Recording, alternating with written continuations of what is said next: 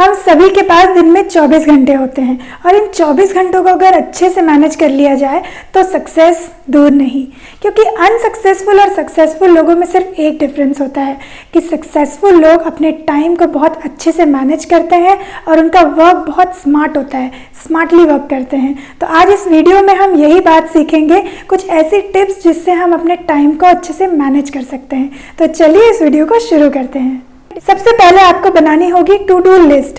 इसमें आपको वो सारे काम लिखने हैं वन बाय वन जो आपको उस दिन पूरे करने हैं। आपको नोट डाउन करना है सारे काम और आपको ये मेक श्योर करना है कि जो डेडलाइन आपने इस कामों के लिए सेट की है उस डेडलाइन तक आपको ये सारे काम फिनिश करने हैं। इसमें एक बात और मैं कहूँगी कि ये जो टू डू लिस्ट है दिन के शुरुआत में बनाने से अच्छा होगा कि आप एक दिन पहले जब रात को आप सोते हैं उसके पहले ये लिस्ट बना के रेडी रखें, ताकि दिन के शुरू होते होते ही आपके पास टाइम भी ज़्यादा रहे और फटाफट आप अपने काम पूरे कर सकें। ये बहुत पुराना तरीका है लेकिन सबसे कारगर तरीका है। तो दूसरी टिप, जब आप टू डू लिस्ट बना लेते हैं तब उसमें से आपको अपने कामों को डिवाइड करना है। जैसे कि जो काम आपके इम्पोर्टेंट हैं और बहुत ज़्यादा अर्जेंट हैं उसको आप दिन के शुरुआत में ही पूरा कर लें, क्योंकि जो टफेस्ट काम होते हैं और जो सबसे इम्पोर्टेंट काम होते हैं वो अगर दिन की शुरुआत में पूरे हो जाते हैं तो पूरा दिन एक अलग ही एनर्जी लेवल रहता है और माइंड सेट रहता है कि अरे अच्छा सा बड़ा सा काम तो मेरा हो ही गया है, तो बाकी छोटे मोटे काम तो मैं फटाफट फिनिश कर लूँगा। तीसरी बहुत इंपॉर्टेंट बात कि जब हम कोई भी काम करने के लिए डेडिकेटेड होते हैं, काम कर रहे होते हैं, तो ये जो मोबाइल है ना वो बहुत ज़्यादा डिस्ट्रैक्ट करता है। ठीक है, कॉल्स के लिए तो मैं ठीक कहूँगी, लेकिन ये जो सोशल मीडिया के जो मैसेजेस होते हैं, मान लीजिए आप कुछ काम कर रहे हैं तो फेसबुक से कोई आपको नोटिफिकेशन आ जाता है या फिर व्हाट्सएप पे कोई मैसेज कर देता है, तो वो काम छोड़ के हम तुरंत ही वो मैसेजेस देखने लगते हैं और वो देखते देखते देखते फिर हम उसमें इतना बिजी हो जाते हैं कि हमें पता ही नहीं चलता है कि कितना टाइम बीत गया। और जब हम फ़ोन से बाहर आते हैं तो देखते हैं कि अरे आधा घंटा हो चुका है, 1 घंटा हो चुका है। तो ये जो सोशल मीडिया डिस्ट्रैक्शंस है उससे आपको कम करना होगा। मतलब जब भी आप कोई काम अपने हाथ में लेते हैं और करने के लिए शुरुआत करते हैं तो फ़ोन तो नहीं लेकिन इंटरनेट तो ऑफ कर ही सकते हैं। अगली टिप है कि जब आपने टू डू लिस्ट में इस कामों की लिस्ट बनाई तो उसमें कुछ ऐसे भी काम होंगे आपके जो बहुत ज़्यादा इम्पॉर्टेंट नहीं होंगे और छोटे मोटे टास्क होंगे। तो अगर आपको लगता है कि ये छोटे मोटे जो टास्क हैं वो आपके अलावा कोई और भी कर सकता है तो आपको वो कामों को डेलीगेट कर देना है। मतलब मान लीजिए आपको लगता है कि कहीं से आपको कुछ ग्रॉसरी शॉप से कुछ लाना है, पर आपको उससे ज़्यादा इम्पोर्टेंट काम भी कुछ घर पर ही है, वर्क फ्रॉम होम जैसे आप कर रहे हैं, तो आप किसी और को ये काम डेलीगेट कर दीजिए कि भाई आप जाके शॉप से कुछ सामान है वो ले आइए। तो इससे आपका बाहर जाने का टाइम भी बचेगा और आपका जो इम्पोर्टेंट काम करने का जो टाइम है वो उसमें आप ज़्यादा टाइम भी दे पाएंगे।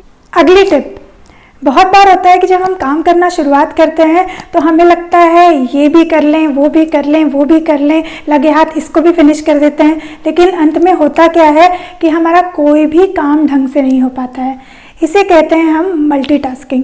जबकि इसमें हमें बहुत बार लगता है कि हम सारे ही काम मेरे आसपास ही पड़े हुए हैं तो चलो मैं ये भी कर लेती हूँ, वो भी कर लेती हूँ, लेकिन इससे रिजल्ट आपको कुछ भी नहीं मिलना है। तो इसीलिए जो मल्टीटास्किंग की जो आदतें हैं उसे कम करिए और मल्टीटास्किंग ना ही करें तो बेहतर होगा। एक काम को फिनिश करिए उसके बाद ही कोई दूसरे काम को हाथ लगाइए, तो इससे आपका जो क्वालिटी ऑफ वर्क है वो भी बहुत अच्छा रहेगा। तो 6th टिप ये है कि जब आप अपने कामों की लिस्ट बना लेते हैं और आप लिख लेते हैं कि इतने काम मुझे करने हैं, तो उन सभी कामों के लिए आपको एक डेडलाइन सेट करना पड़ेगा।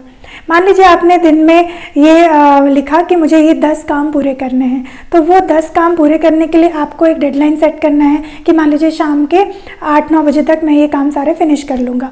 तो ये जो 10 काम है उसको भी आपको डिवाइड करना होगा कि पहले काम को मैं 1 घंटे में पूरा करूँगा, दूसरा काम जो है वो ज़रा टाइम कंज्यूमिंग लग रहा है तो उसको मैं चलो 1.5 आवर्स दे देता हूँ। तो ऐसे करके आपको हर एक काम के लिए जब आप अपनी डेडलाइन सेट करेंगे और उसे अचीव करेंगे तो जैसे जैसे आपका काम होता जाएगा तो एक अलग ही एनर्जी लेवल और एनर्जी आपकी बूस्ट होती जाएगी और ये मोटिवेशन फैक्टर होगा आपके लिए अगले कामों को करने में।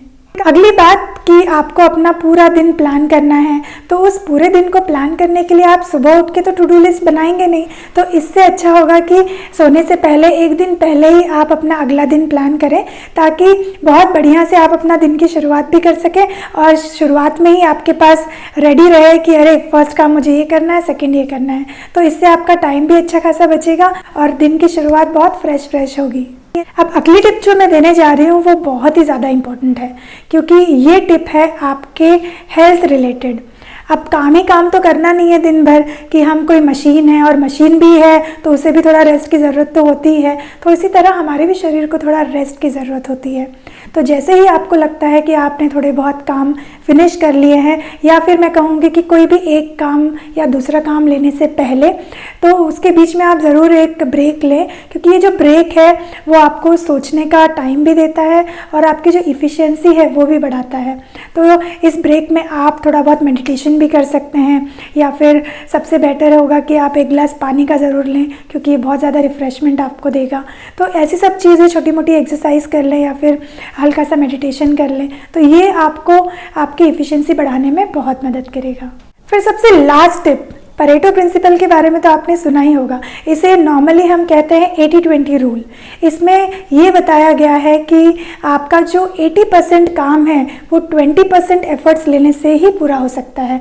फॉर एग्ज़ाम्पल मैं बताऊं कि जैसे कि यूट्यूब है, बहुत बार बहुत से चैनल्स होते हैं जो बहुत सारे वीडियोस डालते रहते हैं, पर कुछ ही ऐसे वीडियोस हैं जो उनके वायरल हो जाते हैं। तो उन्हीं वीडियोस के कारण इतने सारे व्यूज़ आ जाते हैं, इतने सबसे सारे सब्सक्राइबर्स बढ़ जाते हैं कि जो उनकी डेडलाइंस है वो पूरी हो जाती है, या फिर कहें कि उसी व्यूज़ की वजह से उनके अच्छा खासा इनकम भी आ जाता है। और हो सकता है कि उससे भी बेटर वीडियोज़ भी उन्होंने बनाए होंगे, लेकिन होता क्या है कि कुछ वीडियोज़ वायरल हो जाते हैं और उसी कुछ वीडियोज़ की वजह से उनका पूरा जो चैनल है वो सेट हो जाता है और सेटल्ड हो जाता है।